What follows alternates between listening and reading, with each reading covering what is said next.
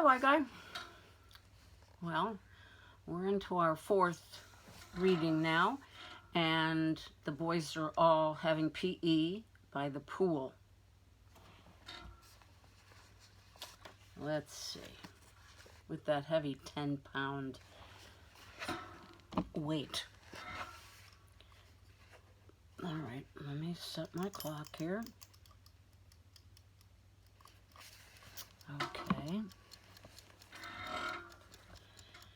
Dean stood at the pool's edge, raising his spindly arms, with hands clasped above one shoulder, then the other, as if he were the reigning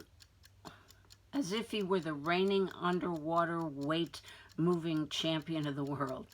Let me show you how it's done, fellas. After a few catcalls from the crowd, he grinned and dove into the water. The rest of us watched from the deck as he frog-kicked his way to the bottom, first pushing, then pulling on the weight. Robbie Dean got it halfway up the sloped floor before he came to the surface, sputtering and grinning. "Beat that, boys," Robbie Dean called. The boys on deck pointed and hollered at the weight as the weight slipped back into its starting position in the bottom of the deep end.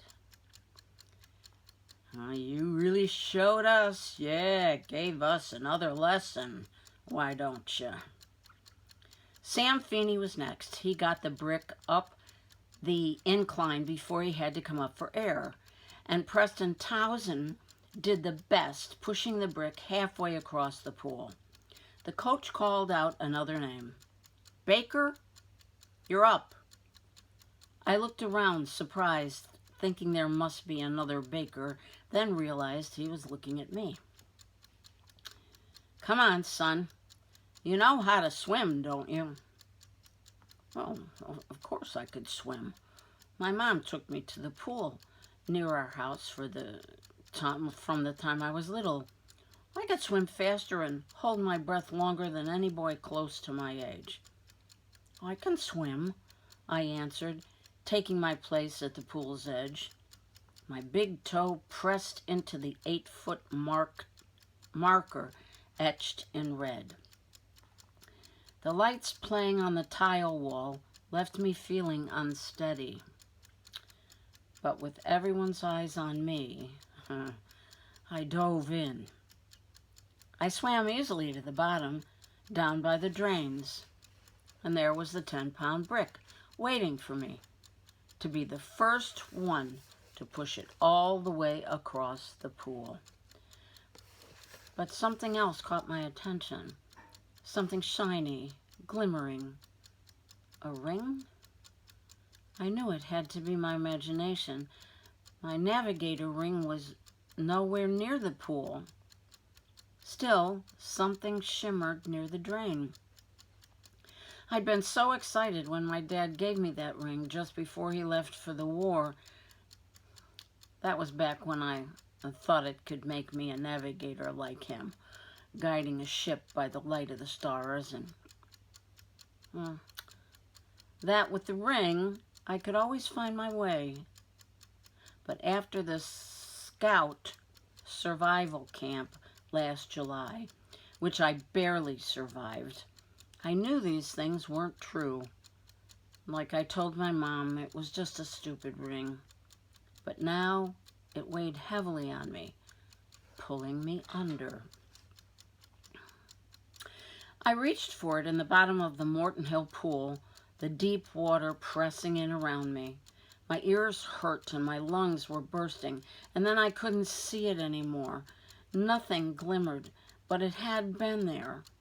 I pulled on the metal drain cap. It wouldn't budge. I felt sleepy, like my eyes couldn't stay open anymore. But I had seen it. It had been there. Suddenly, I felt strong hands clamp around my arms and pull me toward the surface. Air, light, still splashed on the tile walls, and lots of faces stared at me. Coach pulled me toward the side and some other hands dragged me out of the water. "Is he breathing?"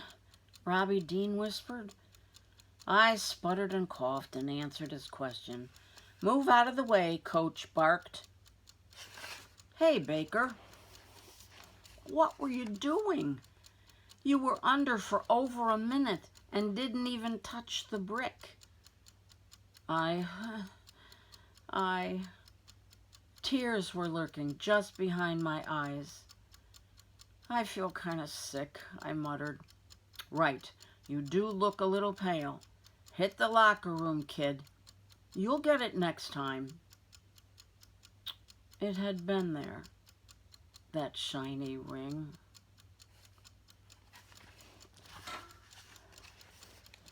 I grabbed a towel and stumbled my way into the locker room, only to hear a group of upperclassmen whooping and snapping towels at each other.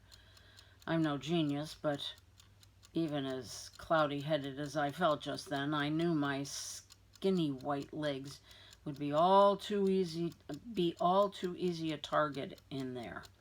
So I opened the first door I came to and followed the stairs down a flight to the open doorway of a dimly lit workroom. My head still spun as I leaned back into the coolness of the metal door marked custodian. I closed my eyes, waiting for the feeling to pass, remembering. Our Boy Scout survival outing was in the woods of northeastern Kansas. The scout leader set each of us out on a course that we'd have to navigate using only landmarks, the stars, and our wits. We'd been preparing for weeks. We'd gone over the North Star, the Big Dipper, the Little Dipper, and all the constellations. I could identify them all. But that day the sky was overcast. It was only supposed to be a mile out and a mile back, and we'd have to rely on landmarks unless the clouds cleared.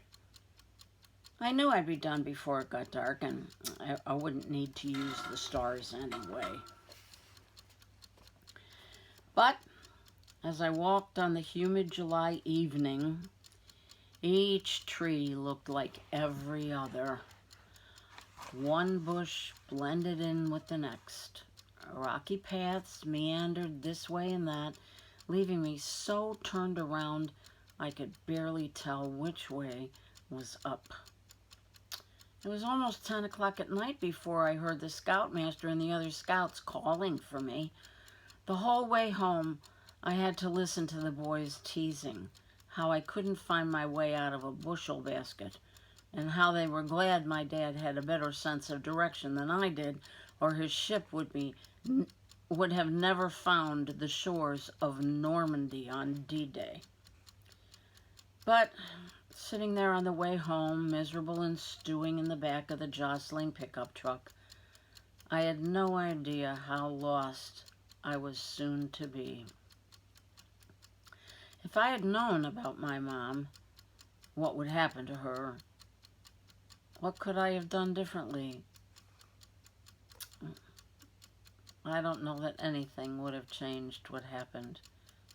Suddenly, I realized the water drippings from my swimsuit was making a small puddle around me. I opened my eyes and ventured past the doorway. The room was warm and hummed with a soft, crackling, airy sound. It seemed like a typical custodian's room, cluttered with all kinds of tools, hammers, pliers, wrenches, anything you could expect to find in the custodian's quarters. Only it was much neater. My dad would have felt right at home. A place for everything, and everything in its place. But as I let my eyes roam around, I noticed things you wouldn't expect, like a cot, bookshelves, chalkboards filled with numbers, equations, and drawings. Not just any drawings, but kind of connect-the-dot pictures. A hunter, a scorpion, a crab, and a great bear. I recognized them. They were constellations, and the bear was Ursa Major. There was also a bulletin board with several newspaper clippings tacked up. The headlines read, "Black Bear Stalks the Appalachian Trail. Largest black bear tracks on record. Reward for kill or capture of great Appalachian bear." There was still that sound, airy, like a long breath, only not that. I followed it until I came to an old phonograph with a record spinning on the turntable. But the needle was at the end, making only that rhythmic whispering sound. There was a collection of record albums, all neatly placed on a shelf. I was about to see which record had been playing when I heard a voice from a back corner of the room. "They don't know where he's buried." I spun around, gripping the towel about my shoulders, and it was Early Auden. All right, white guy. That's the end of that one. And our next one will be Chapter 4, which begins with the question, who's buried?